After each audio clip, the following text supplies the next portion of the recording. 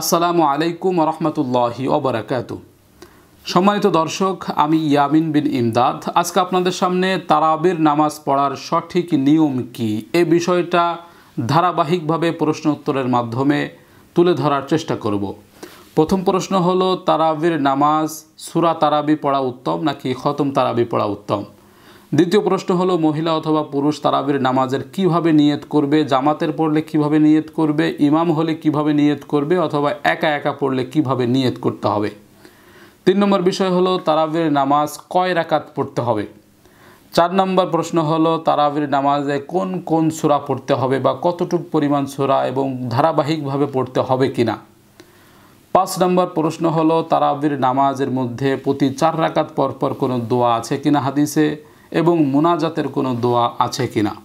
তো এই 5টি বিষয় আপনাদের সামনে খুবই সংক্ষিপ্তভাবে আজকে উপস্থাপন করার চেষ্টা করব। ওয়ামা তৌফিকি ইল্লা বিল্লাহ।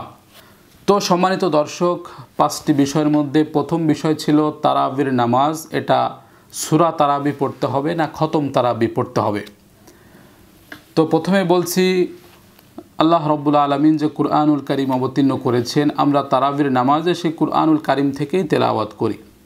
যেহেতু কুরআনুল কারীমের বিভিন্ন জায়গা থেকে তেলাওয়াত করার অনুমতি আছে, এজন্য আমরা যদি সম্পূর্ণ কোরআনকে খতম করতে পারি তাহলে সেটা উত্তম হয়। এজন্য ছোট ছোট সূরা দিয়ে তারাবি পড়ার চাইতে কোরআনের প্রথম থেকে শেষ পর্যন্ত পড়ে একটা খতম দেওয়া বা খতমে তারাবি যেটাকে বলি, এটা পড়া বেশি উত্তম। এবং আপনি ঘরে পড়লেও এভাবে পড়ার চেষ্টা করবেন যদি আপনি হাফেজ হয়ে থাকেন, মহিলা হন অথবা পুরুষ হন। আপনি যদি কোরআনের হাফেজ বা হাফেজা হয়ে থাকেন, একা পড়েন অথবা জামাতে পড়েন, চেষ্টা করবেন যেন কুরআনুল কারীমের সূরা ফাতিহা বাকারা থেকে শুরু করে নিয়ে নাস পর্যন্ত ধারাবাহিকভাবে যেন আপনি খতমটা দিতে পারেন, তাহলে উত্তম হবে। কুরআনুল কারীমের সব জায়গা থেকে তেলাওয়াত হয়ে যাবে। আর যদি আপনি হাফেজ না হন, তাহলে আপনার কুরআনুল কারীমের যেখানে যেখানে মুখস্থ করেছেন, সূরা বাকারা থেকে কিছু অংশ আপনার মুখস্থ আছে, এরপরে সূরা ইয়াসিন মুখস্থ আছে, সূরা আর রহমান মুখস্থ আছে, সূরা ওয়াকিয়া, সূরা মুলক, সূরা নাবা, তারপরে সূরা মুজাম্মিল, এ জাতীয় যে কয়েকটা সূরা আপনি মুখস্থ করেছেন, এই সূরাগুলো আপনি তারাবির নামাজের মধ্যে পড়তে পারেন, কোনো সমস্যা নেই। আপনার যে তারতিব ঠিক রাখতে হবে, প্রথমে আপনি বাকারা থেকে শুরু করতে হবে, তারপরে আমপাড়ায় এসে শেষ করতে হবে, বিষয়টা এরকম না। আপনি যদি বিভিন্ন জায়গা থেকে তেলাওয়াত করতে অভ্যস্ত হন, তাহলে আপনি কুরআনুল কারীমের যে কোনো সূরা থেকে তেলাওয়াত করতে পারেন। তবে তারতিব এটা ঠিক রাখবেন যে প্রথম রাকাতে আপনি একটু বড় সূরা বা বড় তেলাওয়াত করবেন, দীর্ঘ তেলাওয়াত করবেন, এবং দ্বিতীয় রাকাতে একটু কম তেলাওয়াত করবেন। বাস এভাবে আপনি তেলাওয়াত করে তারাবির নামাজ পড়তে পারেন। 2 নম্বর বিষয় ছিল তারাবির নামাজের নিয়ত কিভাবে করতে হবে। একা একা যখন নামাজ পড়ব, মহিলা হোক অথবা পুরুষ হোক, আপনি নামাজের মুসাল্লা দাঁড়িয়ে অন্তরে শুধু সংকল্প করবেন যে আমি সুন্নাত সালাতুত তারাবি 2 রাকাত কিবলামুখী হয়ে আল্লাহর সন্তুষ্টির জন্য আদায় করছি। এই যে কথাটা, এই কথাটা অন্তরে শুধু একবার আপনি মনে মনে সংকল্প করছেন, বাস এতটুকুই আপনার নিয়ত হয়ে গেছে। আপনার মুখে কিছু উচ্চারণ করে বলতে হবে না। আপনি শুধু নামাজে দাঁড়িয়ে বলবেন যে আমি কিবলামুখী হয়ে আল্লাহর সন্তুষ্টির জন্য সুন্নাত 2 রাকাত সালাতুত তারাবি আদায় করার নিয়ত করছি। বাস আল্লাহু আকবার দিয়ে তাকবীরে তাহরিমা দিয়ে নামাজ শুরু করে ফেলবেন। আর যখন আপনি জামাতের সাথে আদায় করবেন, তো আপনি বলবেন যে আমি ওই ইমামের পিছনে 2 রাকাত সুন্নাত সালাতুত তারাবি আল্লাহর সন্তুষ্টির জন্য কিবলামুখী হয়ে আদায় করছি। এটা অন্তরে বলবেন, মুখে বলার কোনো প্রয়োজন নেই। এইভাবে নিয়তটা খুব স্বাভাবিকভাবেই নিয়তটা করে আপনি নামাজটা শুরু করতে পারেন। 3 নম্বর যে বিষয়টা ছিল সেটা হলো তারাবির নামাজ কয় রাকাত পড়তে হবে। এই বিষয়টা হলো, তারাবির নামাজ রাকাত সংখ্যা নিয়ে বেশ মতপার্থক্য যুগ যুগ ধরে চলে আসতেছে। তো এই মত পার্থক্যের মধ্যে না গিয়ে যারা 20 রাকাত পড়তে অভ্যস্ত তাদেরকে রিকমেন্ড করব যে আপনারা 20 রাকাতই পড়বেন, কোনো সমস্যা নেই। কারণ সাহাবায়ে কেরাম যারা বেঁচে ছিলেন রাসূল কারীম সাল্লাল্লাহু আলাইহি ওয়াসাল্লামের ইন্তেকালের পরে, তারা জামাতবদ্ধ হয়ে 20 রাকাত তারাবির নামাজ পড়েছেন বলে অনেক প্রমাণ পাওয়া যায়। কেউ কেউ বিতর্ক উঠিয়েছেন প্রমাণ নিয়ে, কিন্তু সেটা প্রমাণ আছে, অস্বীকার করার কোনো সুযোগ নেই। তবে যারা 8 রাকাত পড়ার জন্য উৎসাহিত করেন, তাদেরটাও আমরা ফেলে দিতে পারি না।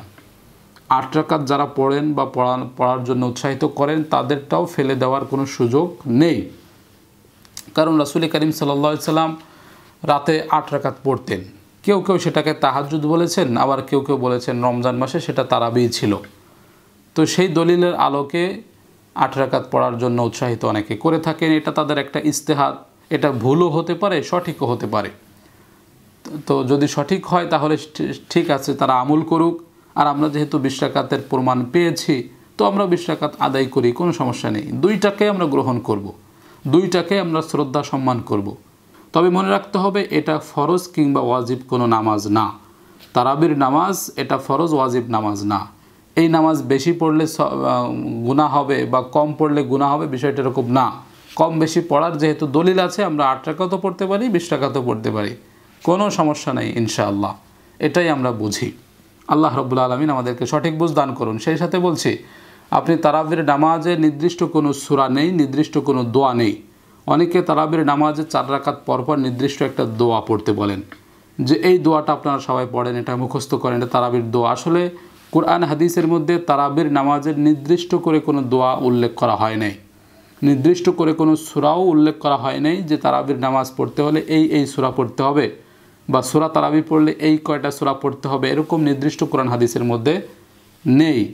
যে কোনো জায়গা থেকে আপনি যে কোনো সূরা পড়তে পারেন এবং আপনি 4 রাকাত পরপর দোয়া করতে পারেন, যে কোনো দোয়া করতে পারেন, কিন্তু নির্দিষ্ট কোনো দোয়াকে খাস করে নিলে বিদআত হবে। এজন্য বলছি, তারাবির নামাজের নির্দিষ্ট কোনো দোয়া নেই এবং নামাজ শেষ করার পরে নির্দিষ্ট কোনো মুনাজাতের দোয়াও নেই।